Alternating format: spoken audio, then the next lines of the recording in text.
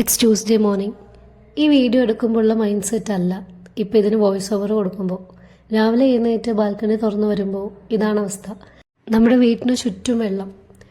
ഇതും ഞാൻ 6 മണിയാകുമ്പോൾ എടുത്തതാണ്. സമയം കഴിയും തോറും ആ ചെറിയ ലെയർ കാണുന്ന മതിലും മുങ്ങിപ്പോയി.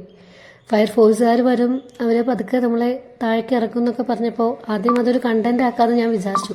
പക്ഷേ അവർ വന്ന് നമ്മളെ ഇറക്കുന്ന സമയത്ത് നമ്മുടെ മൈൻഡ് സെറ്റ് അതായിരുന്നില്ല. എങ്ങനെയെങ്കിലും ഒന്ന് സേഫായിട്ട് മോനും അമ്മയും ഞാനും ഹസ്ബൻഡും ഒക്കെ ഒന്ന് അപ്പുറത്ത് എത്തിയാൽ മതി. പെട്ടെന്ന് തന്നെ ഫയർഫോഴ്സുകാർ വന്നു, എല്ലാവരെയും പതുക്കെ ഇറക്കി.